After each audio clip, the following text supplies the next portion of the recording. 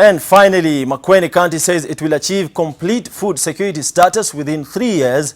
That is, if all the farmers in the county adopted the principles of smart agriculture. The county has suffered the impacts of prolonged drought and land degradation, and now the county government, through a climate smart project by the Food and Agriculture Organization, is taking steps to restore the land through conservation agriculture. The project focuses on 8 semi-arid counties, including Makueni. And as Zena Bondati reports on this week's Food Friday. Food Friday, in association with the Second National Conservation Agriculture Conference. Caroline Masimbi is a primary school teacher in Kithia Village, Kaiti constituency, Makueni County. When she's not in class, she's a farmer. For 3 years now, she's been practicing conservation agriculture on her 2-acre piece of land, but convincing her husband to let her do it in the first place wasn't easy, but eventually he let her have a small portion. Sasa nikamwambia, vile unilipea 1 badge, wewe utatoa yako, yenye inatoshana na ile yangu. Mafuno ya ile yako na mafuno yangu tulinganishe ni gani, inakuwa na mazao mingi. Sasa ndivyo tukafanya tu hivyo. Yangu 1 bench ilitoa 2 bags. Yake ilitoa half. That difference in the yield was enough to convince her husband to let her put more land under CA, and the next season the harvest improved to 12 bags. Today the entire 2 acres is under conservation agriculture. We have tripled what was conventional kind of farming. Farmers used to get 3-4 bags per acre, but right now we are seeing an increase to almost 6 bags to 10 to 11 depending on the crop they are growing. Sahi, hii shamba iko na 3 years bila kulimwa. Na nakwambia ukweli kabisa venye sasa unaona. Hii shamba vile unaona hizi mahindi, I'm expecting 18 bags of maize. Caroline is among the hundreds of farmers in Makueni County who are adopting conservation agriculture, ensuring that there's minimum tillage, permanent ground cover, and that they rotate their crops frequently.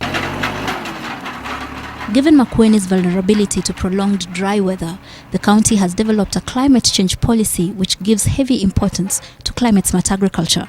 We have 1% of the total development fund for Makueni going to what we call the climate fund for Makueni, and this is going towards the issues of addressing climate resilience. And under conservation agriculture, we are seeing a lot of now monies from the county going into the issues of purchasing the conservation agriculture tools. In conservation agriculture, you are not supposed to clear your farm.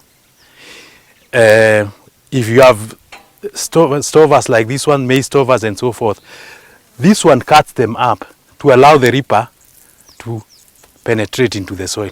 In conjunction with FAO, we have done around 140 acres of reaping this season.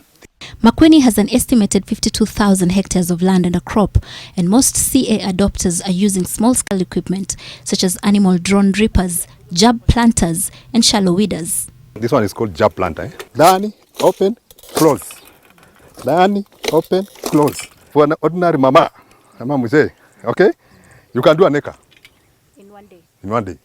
With this. Okay. The fertilizer goes on one side and the seeds. When you look at this, you can see the fertilizer will have been dropped deeper than the beans. In 2014, the Food and Agriculture Organization and the European Union started a project to promote climate resilience through conservation agriculture, targeting the counties of Makueni, Kilifi, Kwale, Tharaka Nithi, Machakos, Meru, and Laikipia. The project leveraged on devolution to reach as many farmers as possible in the 8 semi-arid counties. We've managed to reach 75,000 farmers.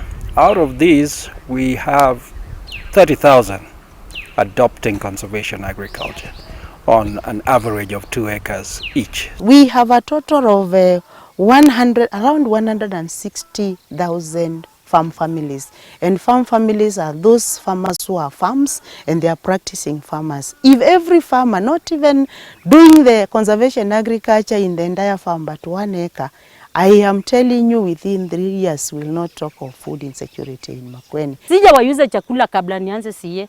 Sasa gunia 5 na niko na watoto 4. Nitauza gunia 5 nibakishe nini?